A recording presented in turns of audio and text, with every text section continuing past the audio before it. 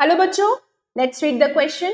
The question says, how was the history of nationalism in Britain unlike the rest of Europe? तो सवाल हमसे ये पूछा जा रहा है कि बाकी यूरोपियन कंट्रीज के कंपैरिजन में ब्रिटेन की जो नेशनलिज्म की हिस्ट्री है वो उससे कैसे अलग है, डिफरेंट है. The history of the nationalism in Britain is different from the rest of the Europe in the following manner.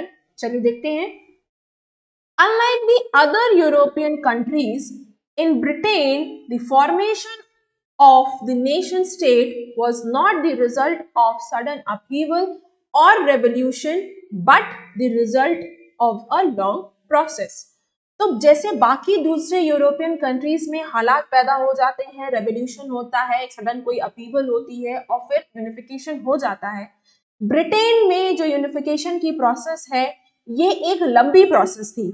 ऐसा कोई रेवोल्यूशन नहीं हुआ, ऐसे कोई हालात नहीं बने थे कि फौरन ही यूनिफिकेशन हो जाता, बल्कि ये एक लंबी प्रोसेस थी. The primary identities of the people who inhabited the British Isles were ethnic ones such as English, Welsh, Scottish और Irish. तो ब्रिटेन में जो अलग अलग रीजन्स में जो लोग रह रहे थे वो कौन थे, कौन लोग इनहेबिटेड थे, कौन रह रहे थे, वर एथनिक वंस. कौन कौन, जैसे कि इंग्लिश था, वेल्श थे, स्कॉटिश थे एंड आयरिश भी थे. In 1688 में the English Parliament seized the power of monarchy. 1688 में इंग्लिश पार्लियामेंट ने मोनार्की की पावर्स को सीज कर दिया, लिमिट कर दिया था.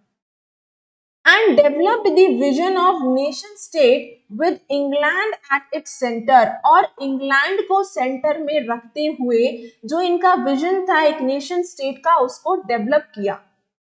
The Act of Union 1707 between England and Scotland formed the United Kingdom of Great Britain, which established the supremacy of Britain over Scotland. तो ये जो एक्ट था, एक्ट ऑफ यूनियन 1707, ये इंग्लैंड और स्कॉटलैंड के बीच में हुआ था, जिससे कि the United kingdom of Britain की फॉर्मेशन हुई थी.